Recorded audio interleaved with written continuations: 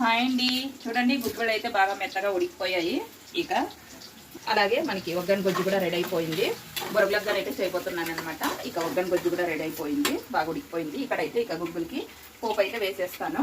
ఆవాల జీలకర్ర అయితే వేసేసాను. ఇక కాస్త పచ్చి కరివేపాకు, ఆనియన్స్ కూడా వేసేద్దాము.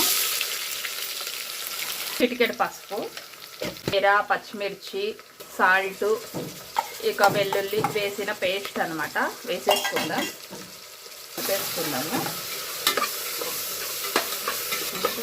మనకి పేస్ట్ అయితే బాగా మగ్గిపోయింది కదా, ఇక వేసేసుకుందాం. ఇక శనగలు అయితే చిన్న శనగలు వేసేసుకుందాము.